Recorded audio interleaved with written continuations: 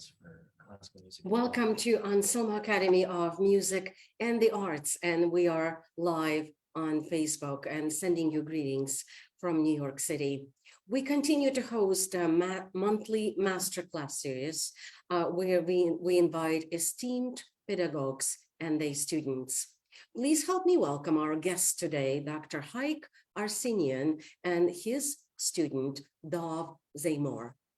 We'll share all details about our guest shortly, but first, a few words about Anselmo Academy of Music and the Arts. We are in our 22nd year, and we are honored and proud to have been offering music and arts education to thousands of students. Our signature programs are enrichment type group classes, where we send teachers to local schools, community centers, and other organizations that offer after-school type programming, senior centers included, and we provide group classes, whether it's group piano, group guitar, group violin, musical theater, and acting, and many more options exist today. And a few words about events coming up. We have a broadcast featuring Professor Gila Goldstein and her students this coming Friday, December 16th at 11 a.m. And it's a special presentation where we have professor and student all in one join in conversation, and we'll share the bias credentials and video links. Event number 2 announcement is that we have launched our 5th International Youth Competition. Josh, can we please share a flyer of the competition whenever you have a chance? It's easy to apply online with application and a YouTube link. You can find a tab at our website, anselmoacademy.org, and click on the youth competition link. We have classical and now new jazz and pop categories, ages 4 to 21, all welcome, all instrument, plus voice, and small ensembles. And the due date is January 15th. Okay, please subscribe to our YouTube channel, TikTok, and other social media platforms to stay connected with our events and happenings, and subscribe to our 2 e-newsletters that you could find at our website at anselmoacademy.org. You can scroll all the way down on the right-hand side. We have Academy newsletter that comes up once a month, and a second newsletter is called On Stage. Wonderful. We hope you enjoy our program today. Well, sorry for the delay, by the way. We had some technical issues to fix. Okay, can we please have Dr. Hayk Arsenyan picture on the screen as I read through his bio and his accolades. Wonderful. At the age of 11, Mr. Arsenyan made his debut at the Armenian Philharmonic, performing his own requiem for the piano and orchestra. At age of 17, he made his European debut as soloist with the Radio France National Philharmonic Orchestra and was awarded a platinum medal by the city of Paris. In 2007, Mr. Arsenyan debuted at Carnegie Hall Zankel Hall, performing with Pinchas Zukerman and the Manhattan Chamber Sinfonia. Currently, he is a New York-based pianist and composer, and he appeared in numerous recitals throughout Europe, Asia, and the Americas in venues such as Carnegie Hall in New York, Salle Cortot, Paris, events, spaces in China, in Tokyo, in Prague, in Spain, in Syria, in Havana, Cuba, in Brazil, in Moscow, and many others. He also had televised recitals at the Dame Myra Hess Concert Series in Chicago, the Phillips Collection Series in Washington, D.C., and at the Nixon Presidential Museum in Los Angeles. He is a longtime professor at NYU Tisch School. Dr. Arsenyan has presented guest lectures and master classes at universities and conservatories around the globe, such as University of Columbia, Hong Kong University, Conservatory of Syria in Tokyo, Manhattan School of Music in New York, and University of Texas, in Austin, among others. He holds a Doctor of Musical Arts degree in piano performance and pedagogy from the University of Iowa and a master's degree from Gnesin Music Academy in Moscow. In 2007, he received a full tuition Yevgeny Kessin Award in Professional Studies Certificate at Manhattan School of Music in New York. And he also had studied piano at École Normale in Paris. He's a scholar of Iberian early music and has compiled a performance guide to Antonio Soler sonatas, published in English by the University of Iowa Press and as a book in Spanish by the Boulez editorial de Música in Barcelona. Wonderful. And I'd like to also introduce Hayk student. His name is Dov. And a few words about Dov, and can we please have his picture on the screen? Wonderful, nice to meet you. Dov Zamore started playing the piano at the age of 7, studying with private teachers and attending after-school programs throughout high school. While attending NYU, Dov started studying with Hayk, where they focused on different periods ranging from Baroque to modern.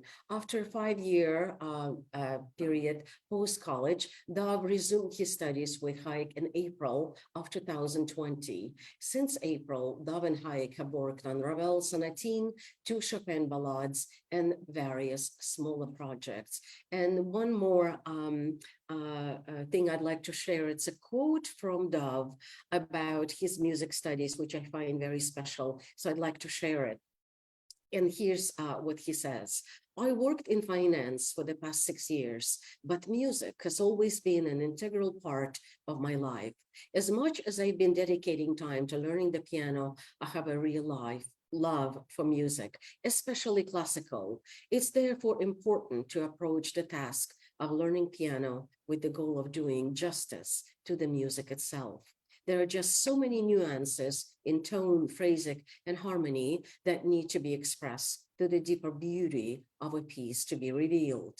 They can be completely lost to an amateur without the guidance of the right teacher. The drive to continuously discover and grow when you start to see those beautiful elements come together becomes quite addicting. That is wonderful.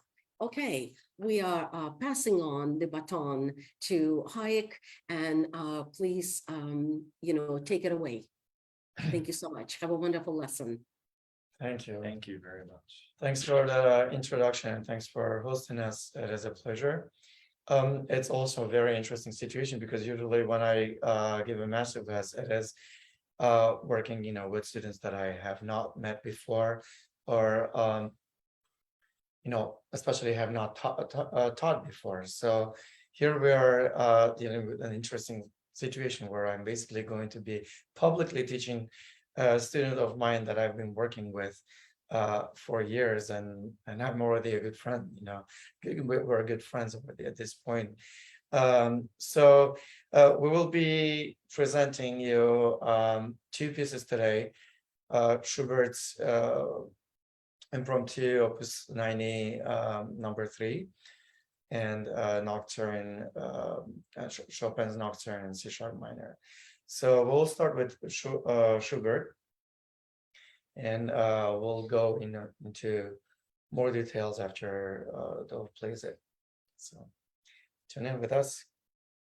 It's 2 beautiful pieces that we'll be working with. Perform the earth days. So we're gonna just play the Yeah, we'll sorry, some technical issues. So, well, you should see the whole setup. It's full of lots of cool cameras and stuff. But yeah, so we'll play through and then we'll go into details.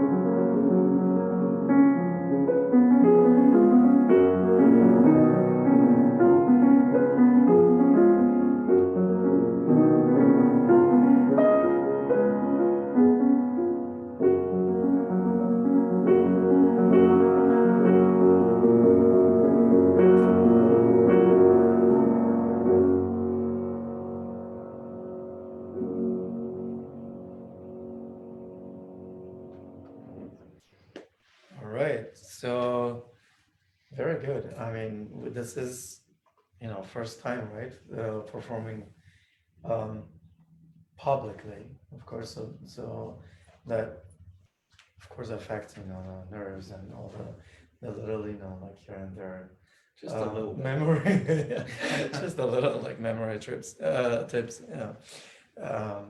and there. It's really not a problem. So, and this is also a lesson, not really a performance, but besides all those accidents, I think there are a lot of good things. And let's start, for example, even with the choice of tempo. This is something we had been discussing before. And we were actually last time we were also discussing the tempo between for both of the pieces, and how does one make a choice of a tempo. I mean, usually like an easy way is also going with the faster notes, right? And but I think that in this case the whole structure is like very like, yes, definitely fluid, but it's more of a vertical structure of the piece rather than horizontal. And by that I mean, if you don't mind, so for example, it's a little bit like so it goes like very vertical, right?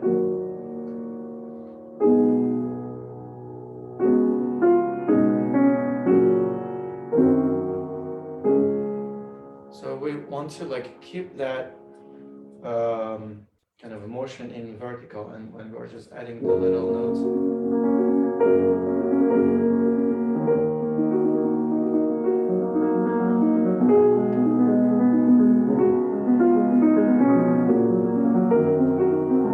So we are still keeping that tempo and within the whole. So it's not the little notes like or the fast notes that guide us into the choice of the tempo, but more of like the melodic construction of the tempo. Now, for the same purpose or with the same kind of theme, another thing I would like you to think of is a little bit of that balance, so that you can still have this vertical, very organ, almost church-like character. So you want to keep the balance between the right hand and the left hand. So balance kind of Balance, yeah, between, yeah.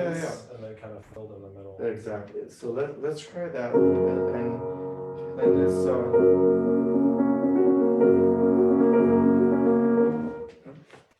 and let's try that a little bit.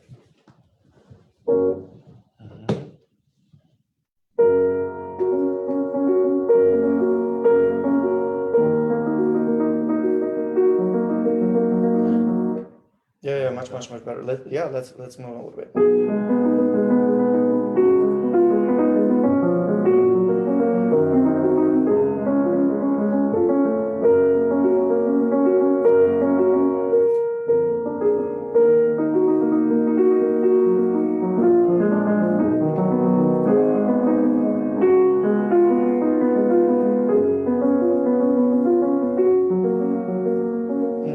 Good, and in my opinion, this is quite a good tempo too, because it, breathes freely and more organically. Now, another thing that we were also discussing about was the title of the piece, right? The genre of the piece, Right. as you said, like impromptu is something done almost semi-improvisatory. Towards that, I would say this like rubatos would be a little bit more appropriate. Not overly done, of course, but let's towards especially that middle section when you have not really.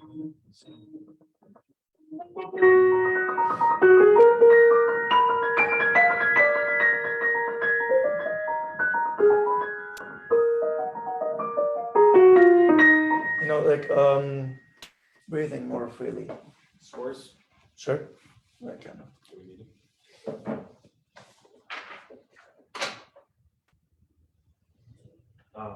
This section, yes. Right. Let's go a little bit before that. So.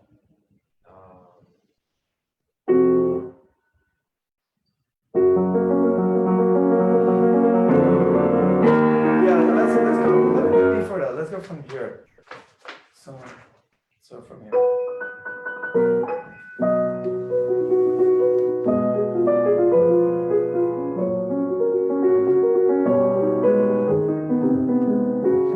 Let's go one more time. Yeah, because it's very, very important, like the harmonic.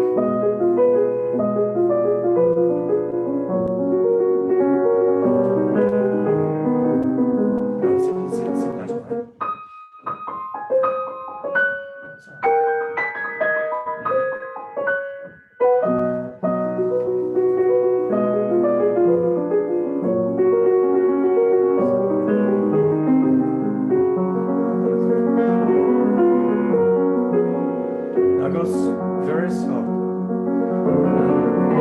Right. So if I can try. So very typical to Schubert is the crescendos, for example, within a very minimal time. So like within like quarter of a measure, you have this crescendo. So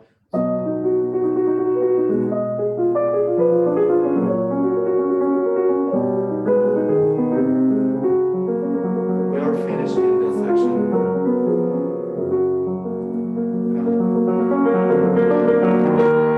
So very abstract, very abrupt changes. So does the left hand lead? Absolutely, but also this. So,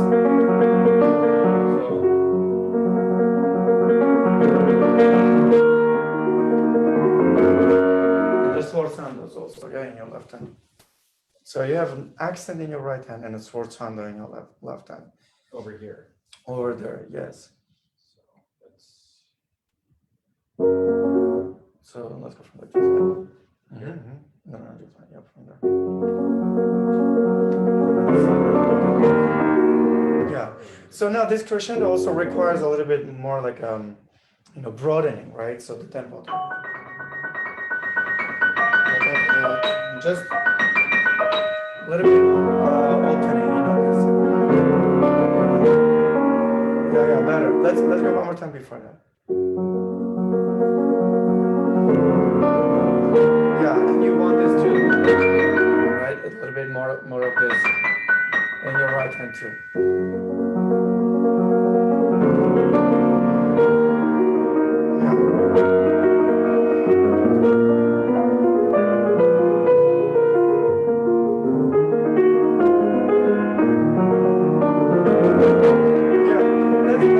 Let's try this part. It's a very interesting.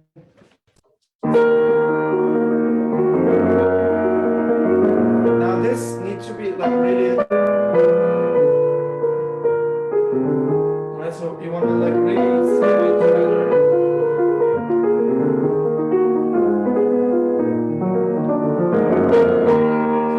So like again, like in a very short time, he goes.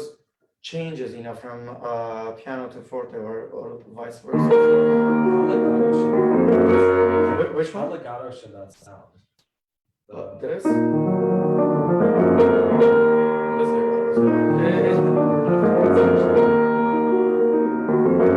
Oh, which section? How legato? Where it starts from the F flat.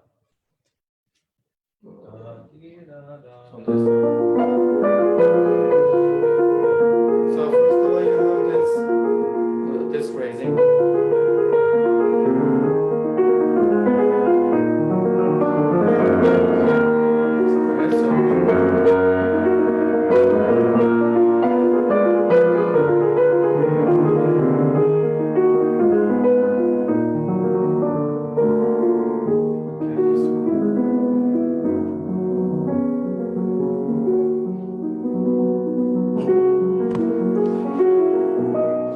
So this little bit of the free feeling within the pulse, you have the rubatos within the pulse, so within the pillars, right?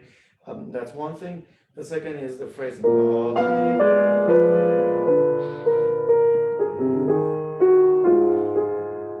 You finish. Again, so it's abrupt in a sense, and in another sense, it's also connecting. So yeah, I know that it's Well, I guess contradicts each other, but it ends like a mini phrase. so and then yeah, bam, bam, right away goes.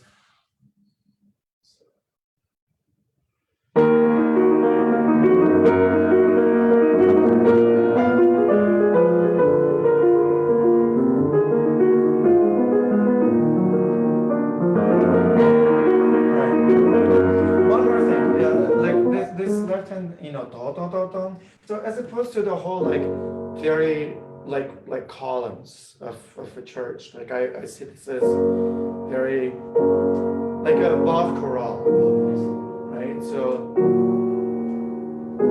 suddenly you have this other texture coming here where you have. So you don't want to rush this, but you want to have.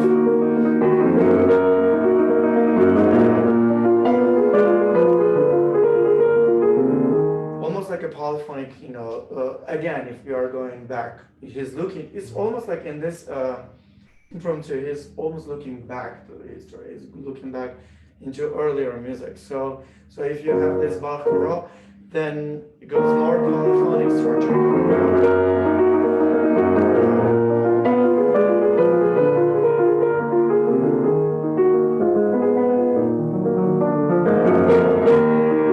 You don't need to rush. You can, sing this part out a little bit more. Let's try do, do, do, do. Yeah, you might want to give a little bit rest of this. Yes.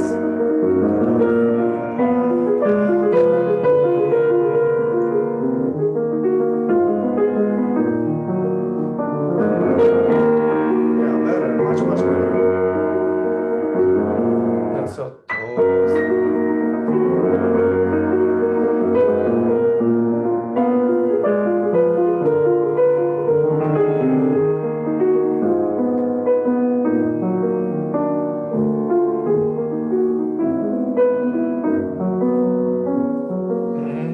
so now so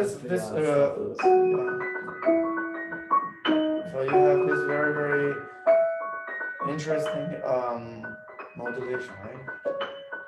Did you keep a slower tempo on this section?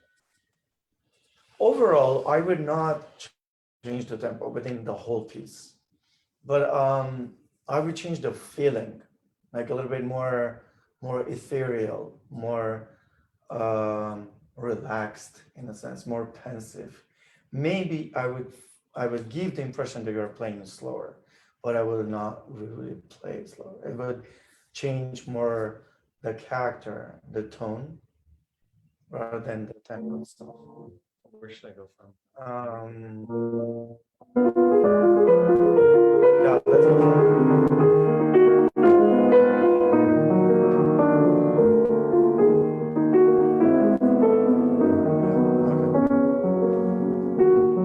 Yeah, go like very, very soft.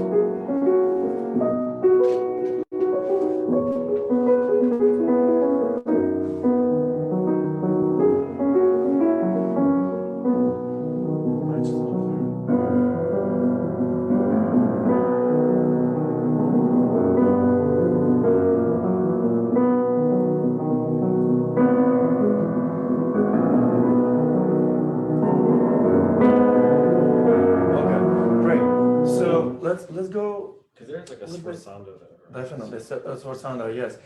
Let's go a little bit less of the right hand. Let's see flats.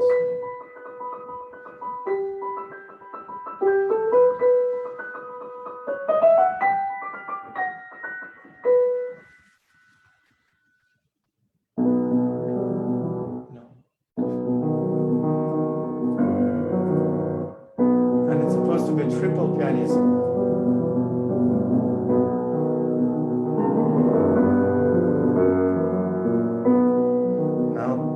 Major, a little bit brighter, but still within the pianism.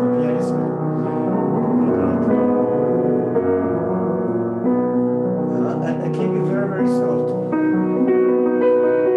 All right, so just 1 second. So here, interesting part again, where you have within half a measure, you have to go from pianissimo into forte again, right? So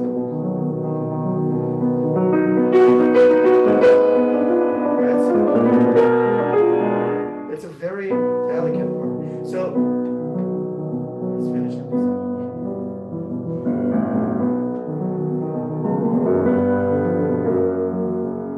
A little bit lighter.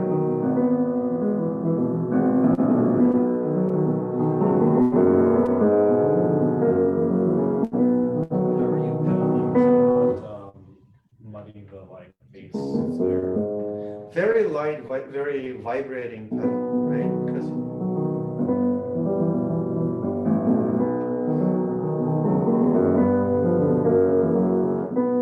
very light. Like I Almost like a half basically pedal, right? exactly almost half pedal and also half of the groove.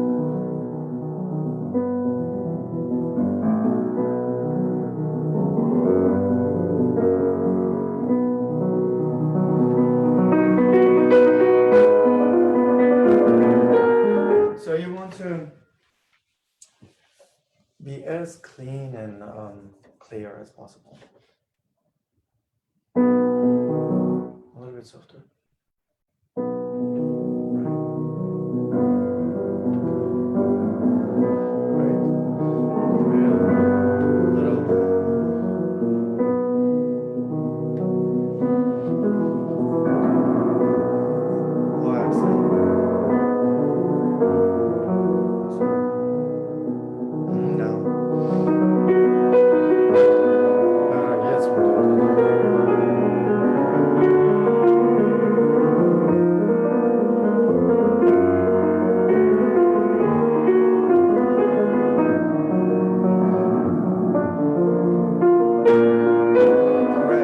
Very good. So this is so much better. Now this one again, you don't need to rush these things out. So, and then again you have this like abrupt, very. See, you go from piano again into forte, but you still have the F from that.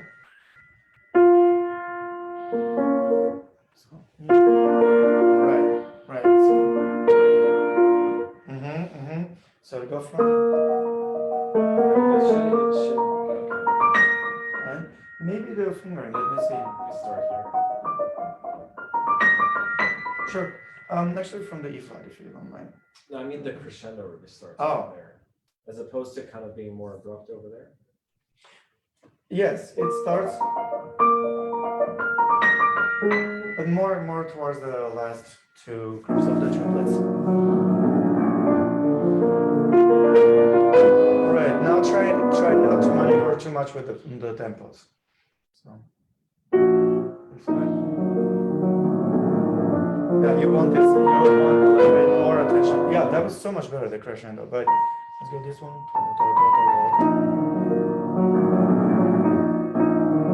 Good. Yeah, the previous one went really well. A little bit more scarce the pedal, and that will be much better. Yeah, almost the pedal, right? Almost. So since, look, let me see. So for example, this is more, okay, you're resolving. It's almost like, all right, done. So finish this, resolve.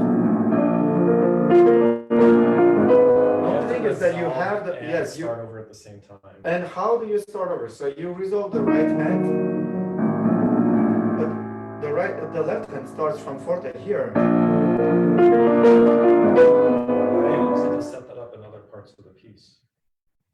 Oh, you almost right? I have to set that up, the resolution with an accent in other parts of the piece. In a way, yeah.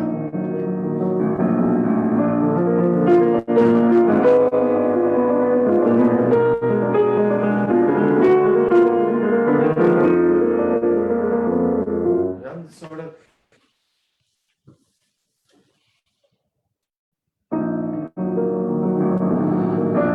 More clean, more clean.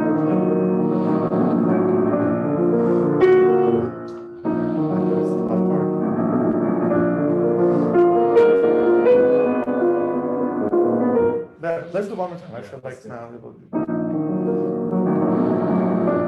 Yes. Yeah, and if you take. I feel like if you don't take pinky, can I try this? I wanna see if actually it works. So.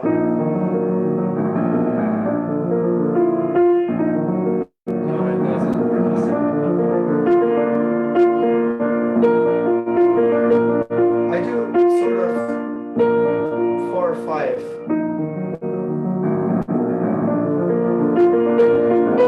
Yeah, I do fourth. I take fourth finger here.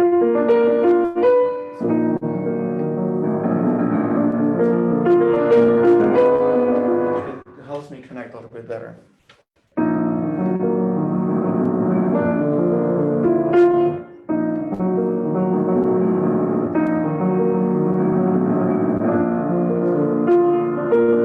It's harder to jump from the D to F with the four.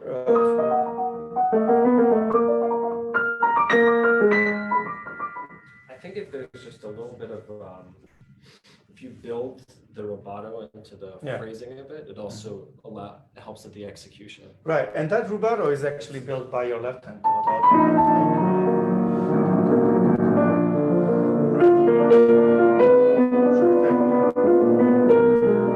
Same thing, do, do, do, do. Second on left hand.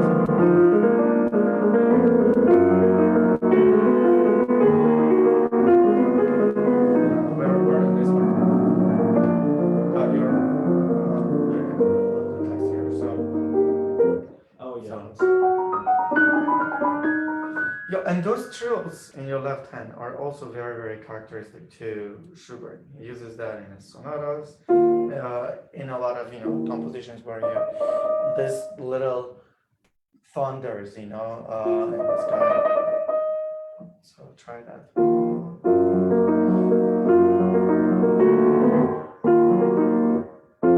Chisler.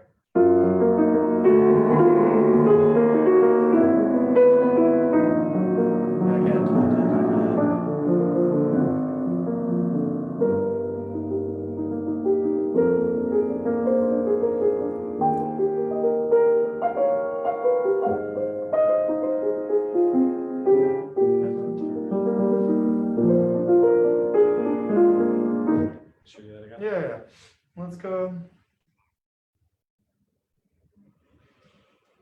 Let's go make the props from here. So,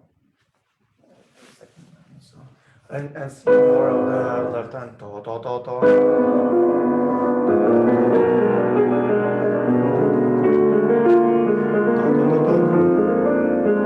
I would not take any extra time in between the small sounds,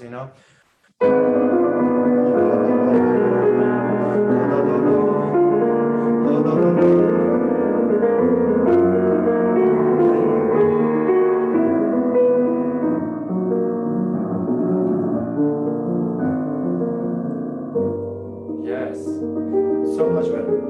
Here, the only part I was sorry this part. So, not I would not go with this phrasing, but as opposed to F, D, G, F, so not part 2. No, I would go D, D,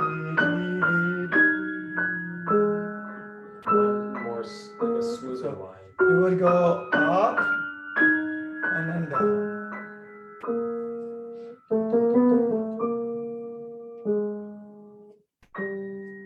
You're in this major land.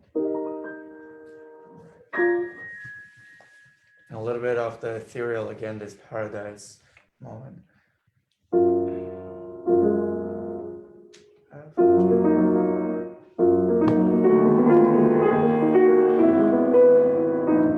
Yes, beautiful. So you have a totally different color, much better, beautiful.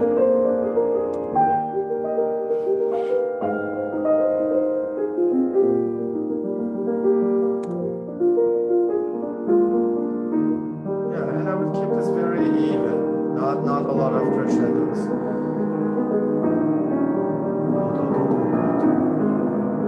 little bit more crescendo.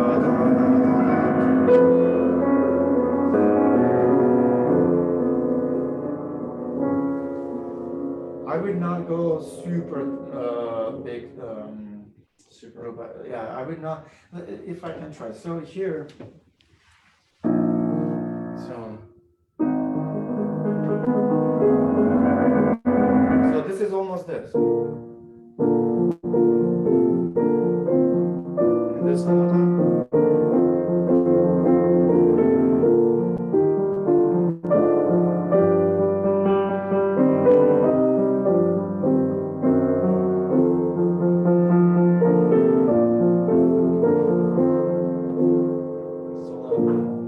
This. And you know the it's very very typical to Schubert's this.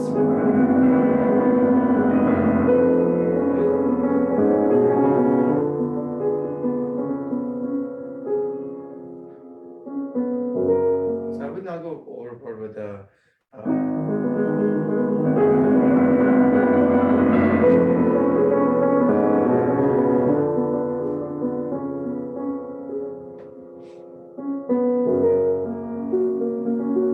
Just kind of a little. A little bit of Not so dramatic. yeah, not a huge rhythm, you know.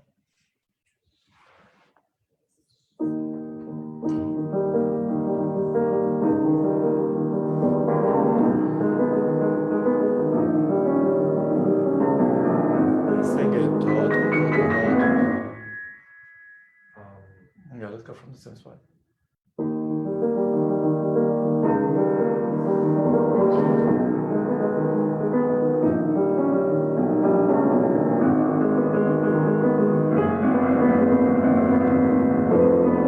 Yeah, leave with that trill also. And a little bit more. So it's like a little stop, you know. Like a pendulum. Exactly, that's exactly what I was thinking. Yes. And lead a little bit that crescendo with your trill too. That thunder, yes, a little bit bigger thunder. No, it's not there yet.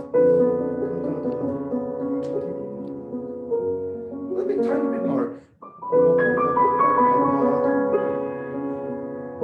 Right.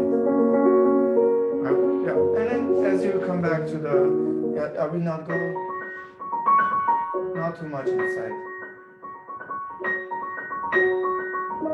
It's kind of a repeat.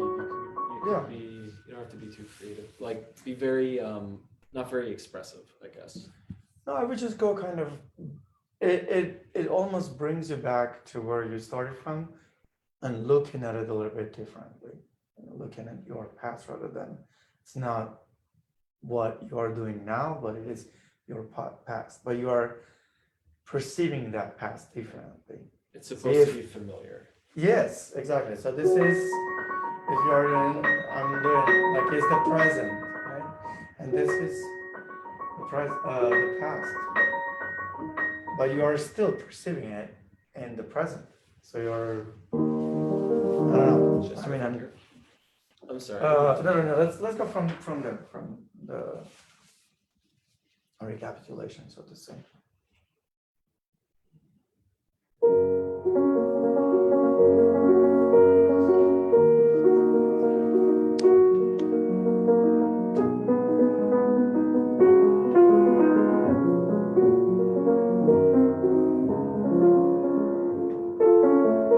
And it's hard to keep the balance, right?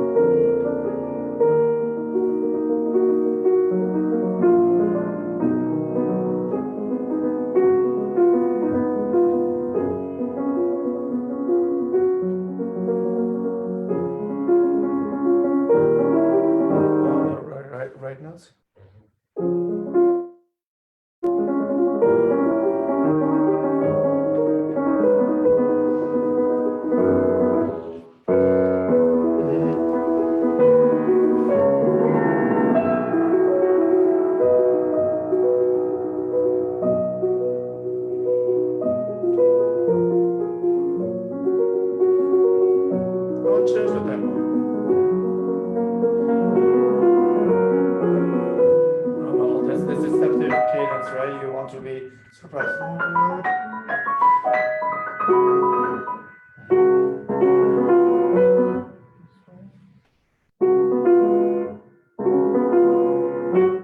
I would even go a little diminuendo here too. And then more. See how the phrase kind of. And then you restart in this.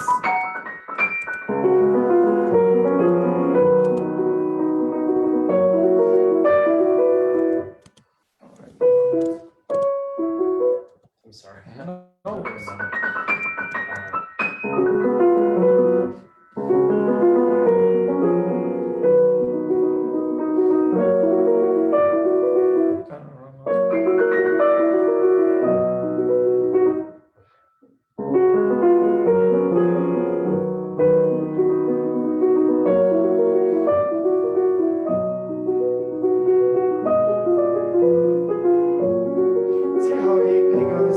This is even softer. So no, this is softer. More melancholic. This is. It says forte. Well, this means it's almost like a sforzando basically. So this is the forte in E flat, but this is for piano.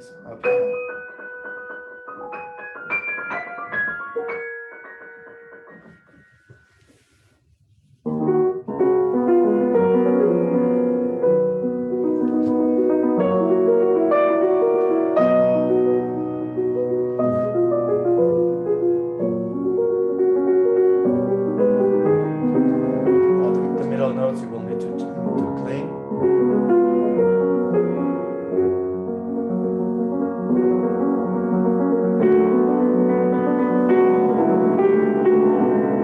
Again, this little thunders, right? So you don't want to go too soft. So let's go from here and think a little bit more horizontally here.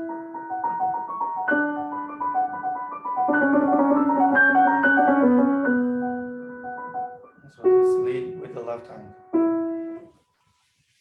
A little bit softer of the middle notes.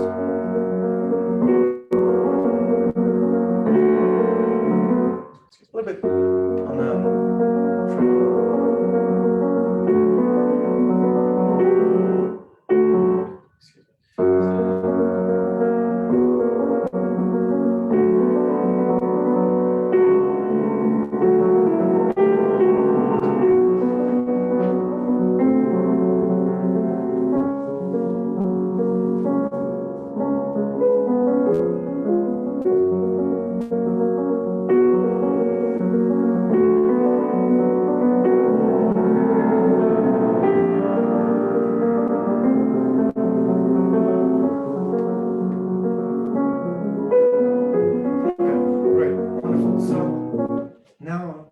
essentially in different keys, right? So and to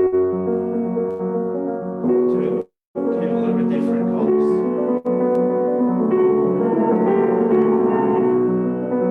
Now this.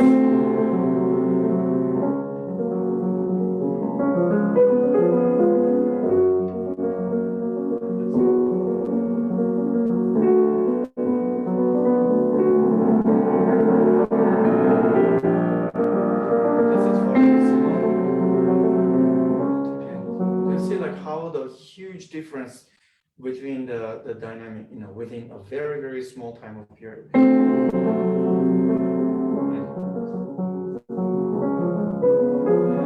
struggle with the idea behind the end of this piece. The idea behind that line where the C comes in is just that's it. Very jarring. This C? Yeah. Can I show you? Yeah. So the line is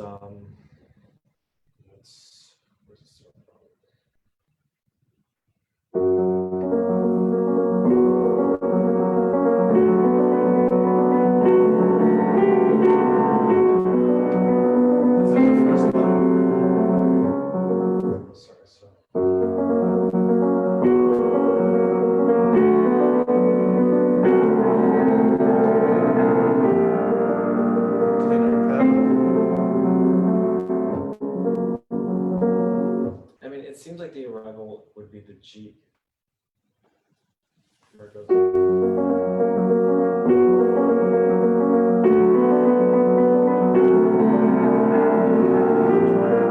As and then goes.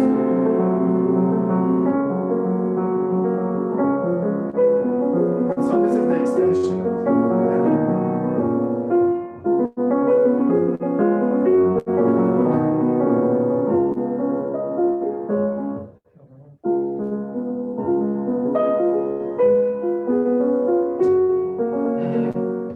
So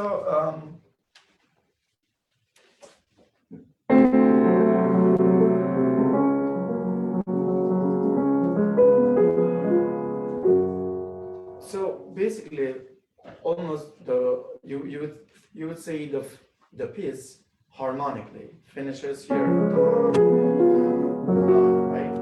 So now from here on, it's a coda. By mistake, you gave at the end you gave a second chord.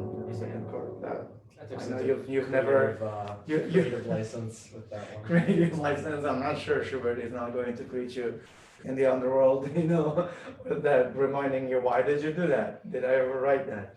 Well, why would he put a what's it called again? Fermata? A fermata on the second one if it's not played. And well,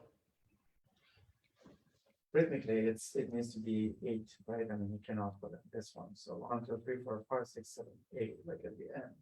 So there is no rhythmical, way to give.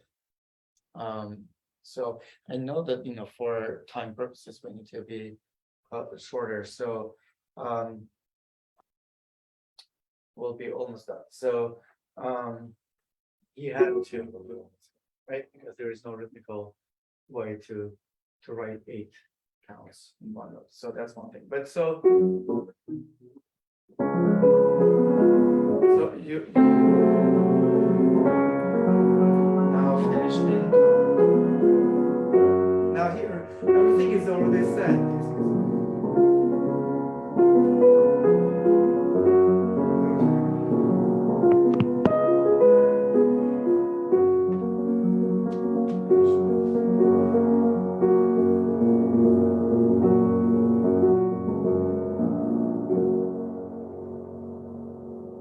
So I will not do many rubatos here and too much of the new ideas or new thoughts, new emotions. It's a little bit needs to go towards the end. So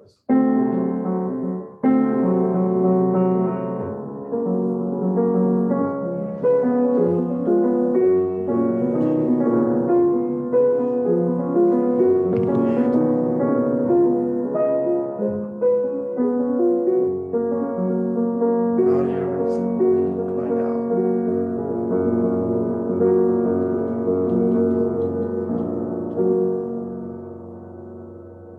Right.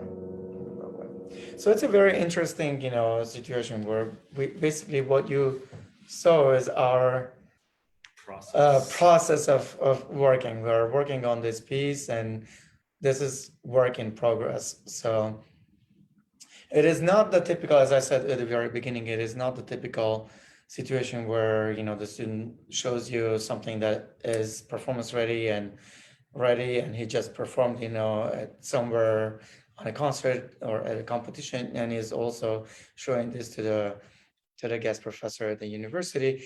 But this is a process that we're working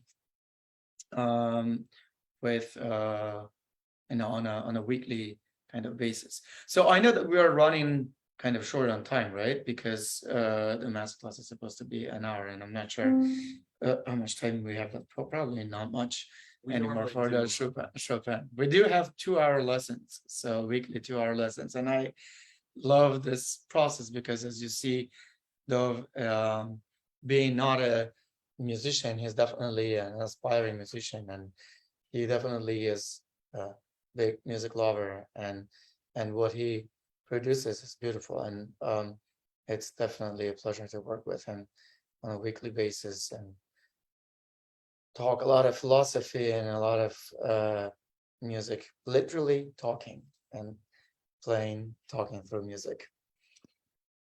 Yeah, thank you. you could see why we need to do 2-hour lessons because if we're working on one piece, maybe an hour is fine, but we're working on multiple ones. We get really focused on details. So. Laura, do you have any questions? I don't, but we can open questions in the comments. Oh, that would be And great. we wanted to thank to both of you for participating. It's been an honor for us to have you.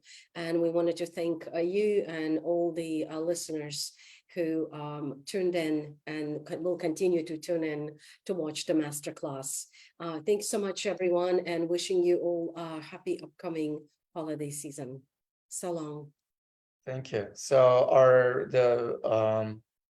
also in the comments, meaning like the questions will be afterwards in the comments, or I was thinking. Yes, yeah, we can definitely promote it. Absolutely.